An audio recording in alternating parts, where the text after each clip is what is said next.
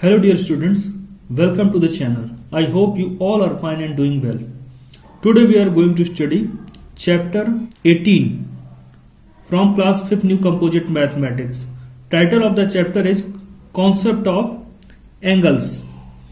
यह मैथ का बहुत ही इंपॉर्टेंट टॉपिक है और आज हम एंगल्स के बारे में ही जानने वाले हैं. Observe the hands of a clock. The two hands are at different positions at different points of time. As they move along the dial constantly, the two hand represents two rays meeting at a point. हम सभी ने clock के दोनों hands या जिन्हें हम minute और our की सुइयां भी कहते हैं, उन्हें अलग अलग टाइम पर अलग अलग पोजीशन पर देखा होगा. ये दोनों ही हैंड्स ऐसी दो रेज को रिप्रेजेंट करते हैं जो किसी एक पॉइंट पर मिलती हैं. अब ये दो रेज एक दूसरे से कितने रोटेशन पर या एक रे अपनी पोजीशन से कितना रोटेट हो गए, इसको मेजर करने के लिए एंगल की अवधारणा अस्तित्व में आई.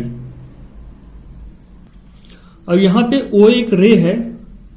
अब थोड़ी देर बाद ये ओ रे यहां से इस पोजीशन पे आ गई, तो ये अपनी इनिशियल पोजीशन से कितना मूव किया या कितना रोटेट हुई, ये मेजर हम करते हैं एंगल के द्वारा. देखते हैं यहां पे देखिए दो रेज होती हैं, जैसे रे ओए है और ओबी, जिनका इनिशियल पॉइंट सेम होता है, तभी हम बता पाते हैं ये कितना रोटेट हुई इस फिक्स पॉइंट के अराउंड, और वो वैल्यू को ही हम एंगल से मेजर करते हैं, उसको एंगल कहते हैं.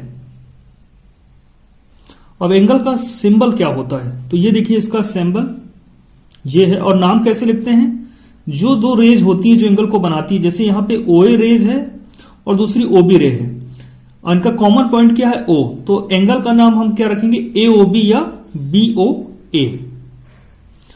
तो एंगल की डिफिनेशन क्या हुई, two rays having a common end point form an angle. कोई भी दो रे जिनका एक कॉमन इन पॉइंट हो वो एंगल कहलाता है.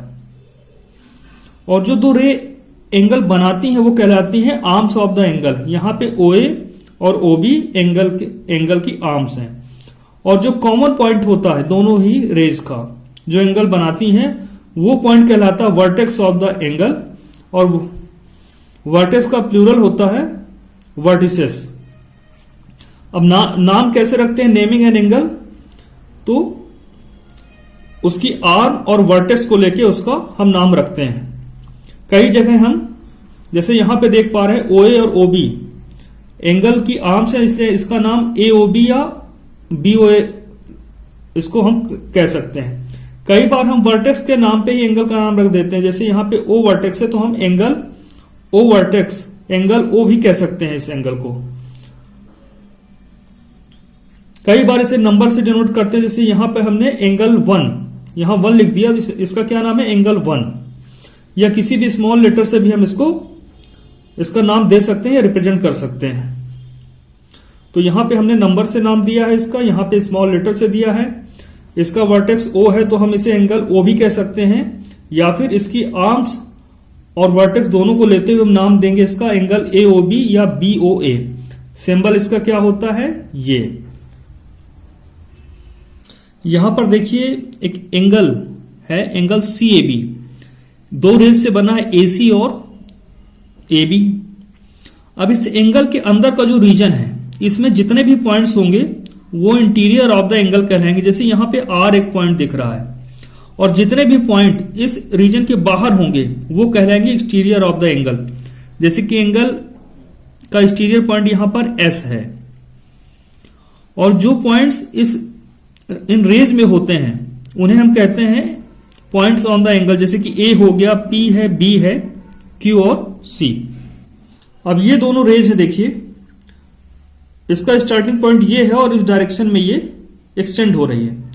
दूसरी रेज ये है जो यहां पर जिसका इनिशियल पॉइंट है इस डायरेक्शन पे मूव कर रही है. अब इन दोनों का इनिशियल पॉइंट अगर सेम हो जाता है तो जो फिगर बनता है वो कहलाता है एंगल. तो देखिए इसको मैं यहां पे ले आता हूं, और ये क्या फिगर कहलाएगा, एंगल कहलाएगा. अब इन दोनों फिगर को हम एंगल्स कहेंगे. अब किस एंगल की वैल्यू ज्यादा होगी, तो हम रोटेशन को मेजर करते हैं एंगल से. तो ये वैल्यू देखिए, और ये सेम रोटेशन है. ये तो रेज की लेंथ पे डिपेंड नहीं करता एंगल का मेजर्स. अगर रेज बहुत बड़ी हैं जैसे यहां दिया हुआ है और ये रेज इससे छोटी रेज है, तो एंगल की वैल्यू रेज पे डिपेंड नहीं करती बल्कि डिपेंड करती है ओपनिंग पे। यहां से लेके यहां तक का कितना रोटेशन है वो मेजर करता है, वो वैल्यू बताता है एंगल की। आइए सॉल्व करते हैं exercise 70। Exercise 70 question number 1, which of the following figures represents an angle. Angle क्या होता है? एक ऐसा फिगर जो दो रे से मिलकर बना हो जिनका कि एंड पॉइंट सेम हो, यानी एक ही पॉइंट से दो रे निकलती हो, तो वो फिगर क्या कहलाता है? एंगल कहलाता। तो यहां देखते हैं, देखिए दो रेज हैं और इनका इनिशियल पॉइंट या एंड पॉइंट क्या है? सेम ही, एक ही पॉइंट से स्टार्ट हो रही हैं। तो ये जो फिगर कहलाएगा ये क्या होगा? एंगल होगा। तो हम कहेंगे figure A is angle. B में यहां भी दो रे है, लेकिन ये जो रे है डाउनवर्ड ये यहां शुरू हो रही है और जो राइट साइड जा रही है वो रे यहां से शुरू हो रही है, यानी दोनों के एंड पॉइंट अलग अलग हैं, तो ये एंगल नहीं है। फिगर सी की बात करें तो हम यहां देख रहे हैं ये एक पॉइंट है, यहां से एक रे इधर जा रही है और एक रे इधर जा रही है, तो ये फिगर एंगल होगा, क्योंकि एंगल वो फिगर होता है जो दो रे से मिलकर बना होता है जिनका इनिशियल या एंड पॉइंट सेम हो। तो फिगर सी भी क्या है? एक एंगल है। डी की बात करें, दोनों रेज का इनिशियल पॉइंट सेम नहीं है, दोनों अलग अलग पॉइंट से बिगिन हो रही है, स्टार्ट हो रही हैं, तो ये भी एंगल नहीं है। क्वेश्चन नंबर 1 में फिगर ए और फिगर सी एंगल रिप्रेजेंट्स करते हैं। आइए देखते हैं question number 2। Question number 2, name the angles in each of the following figures, also name the vertex and the arms in each case. तो देखिए पहला ये एंगल दिया हुआ, इसका नाम बताना है। तो एंगल का नाम उसको बनाने वाली रेज के नाम से ही ड्राइव होता है। देखिए यहां पे एक रे आरपी है और एक रे आरक्यू है, तो इस फिगर का में जो कॉमन दोनों रेज का कॉमन एंड पॉइंट क्या है? आर है। तो हम कैसे लिखते हैं इसका नाम? या तो लिख सकते हैं एंगल पी आर क्यू या Q R P. Common and point जो भी है दोनों रेज का वो हमेशा एंगल के नेम के बीच में आएगा। तो यहां पर एंगल कौन सा होगा? Angle P R Q. हम चाहें तो क्यू आर पी भी लिख सकते हैं। याद रखना है ये कॉमन एंड पॉइंट बीच में आना होना चाहिए। तो यहां पे एंगल का नाम पी आर क्यू है। अब वर्टेक्स क्या होता है? जो कॉमन एंड पॉइंट होता है, जो दोनों रेज का कॉमन पॉइंट होता है वो कहलाता है उसका वर्टेक्स। तो यहां पर वर्टेक्स है आर। और आर्म्स क्या है? आर्म्स एंगल में वो दो रेज होती हैं जो एंगल को बनाती हैं। तो दोनों रेज जो एंगल को फॉर्म करती हैं वो उसकी आर्म कहलाती है। तो आरपी और आरक्यू यहां पर इस एंगल पी आरक्यू की आर्म्स होंगी। फिगर बी में देख रहे हैं सी डी रे है और सी रे है, ये मिलके इस फिगर को बना रही हैं। कॉमन पॉइंट इसमें सी है, तो इस एंगल का नाम या तो डीसी कह दें या ईसीडी। तो चलिए हम डीसी लिख देते हैं।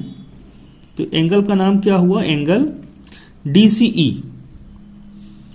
अब वर्टेक्स क्या होता है? वर्टेक्स इनका दोनों ही रे का कॉमन पॉइंट होता है जिससे एंगल बना हो। तो देखिए सीई और सीडी, तो ये सी जो है ये इसका वर्टेक्स होगा। और एंगल की आर्म्स क्या होती है? एंगल की आर्म्स वो दोनों रेज होती हैं जो एंगल को बनाती हैं। तो यहां पर एंगल की रेज क्या होंगी? CD and CE. Figure C में देखते हैं एंगल का नाम क्या है? P Q R. P Q R या आप आरक्यूपी भी लिख सकते थे। वर्टेक्स क्या हुआ? इसका जो कॉमन पॉइंट होता है दोनों रे का, यहां पे क्यूपी है और क्यू आर है।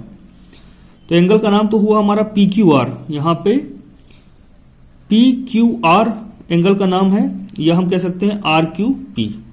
तो पी क्यू आर हम लिखते हैं यहां पर। वर्टेक्स जो दोनों ही रेज हैं क्यूपी और क्यू आर, तो दोनों ही रेज का इनिशियल पॉइंट क्या है? क्यू से स्टार्ट हो रही हैं, तो इसका वर्टेक्स क्या हुआ? क्यू। और आर्म्स क्या होती है एंगल की? वो दो रेज होती हैं जिनसे मिलकर वो एंगल बना है। तो क्यूपी एंड क्यू आर।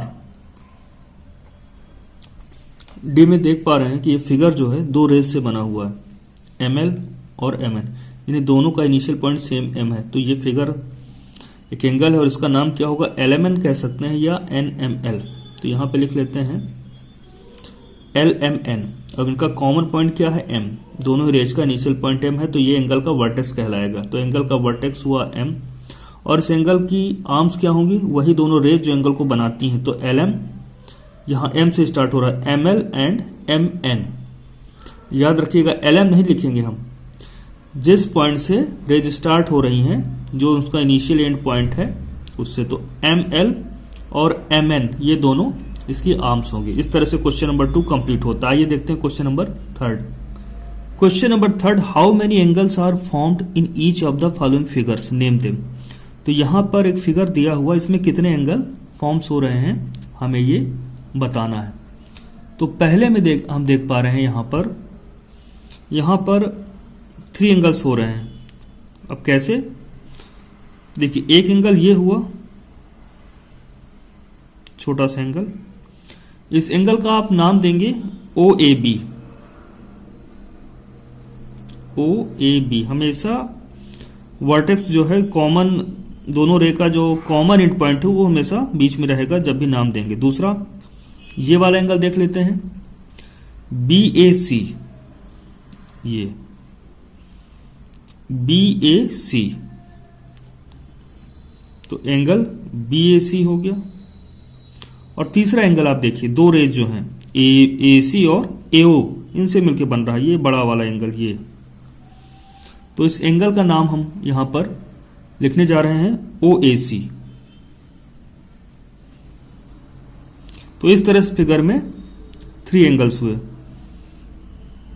और तीनों का ही नाम हमने यहां पे लिख लिया है। अब इस फिगर में देखिए कितने एंगल्स बन रहे हैं। तो देखिए EF और ED, ये जो रे हैं 2 एंगल ये एंगल बना रही है, कौन सा, DEF। तो एक एंगल हमारा हो गया DEF। अब छोटे छोटे एंगल्स की बात कर रहे हैं। अब देखिए EF और EG ये दोनों रे बना रहे हैं एक एंगल, ये हो गया, तो इसका नाम हमने दिया FEG। और ऐसे तीसरा छोटा एंगल है GEH। EG और EH रेज बना रही हैं। तो 3 एंगल्स ये हो चुके हैं। अब देखिए ED रे और EG ये एक एंगल बनाएंगी, ये इसका नाम हम रखेंगे DEG, एंगल DEG।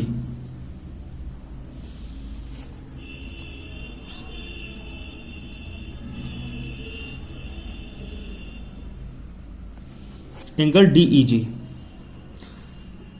अब EF रे और EH रे ये बनाएंगे एक एंगल, यहां से लेके यहां तक, ये EF और EH ये मिलकर बना रहे हैं एंगल FEH, एंगल FEH।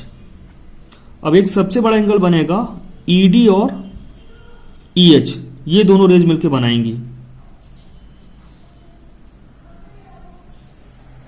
यहां से यहां तक। तो इसका नाम होगा इस एंगल का एंगल DEH, एंगल DEH। इस तरह से टोटल 6 एंगल्स फॉर्म हो रहे हैं यहां पर। आइए देखते हैं क्वेश्चन नेक्स्ट। क्वेश्चन नंबर 4 है, name all the angles in each of the following figures. तो इसमें हम देख रहे हैं एक क्वाड्रिलेटरल बना हुआ है और ये एक डायगोनल गया हुआ, तो 2 ट्रायंगल बन रहे हैं। तो इस ट्रायंगल की बात करें यहां पर, तो एक एंगल ये बन रहा है हमारा, इसका नाम हमने रखा BAC, एंगल BAC। दूसरा ट्रायंगल देखिए, दूसरा एंगल देखिए इसी ट्रायंगल में ABC, ये एंगल हुआ, तो एंगल ABC। और तीसरा एंगल जो हुआ ACB, या इसको BCA भी कह सकते हैं। तो चलिए इसका भी नाम लिख लेते हैं BCA। 3 एंगल इधर हो गए, ऐसे ही 3 एंगल दूसरी तरफ बनेंगे। तो चलिए पहला एंगल देखते हैं इस ट्रायंगल में, DCA, ये एंगल हुआ। अगला एंगल हुआ DAC,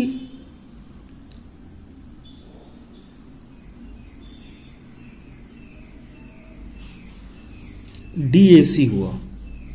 इसके अलावा एक एंगल हुआ ADC। तो इस तरह से 6 एंगल हमने बना लिए हैं।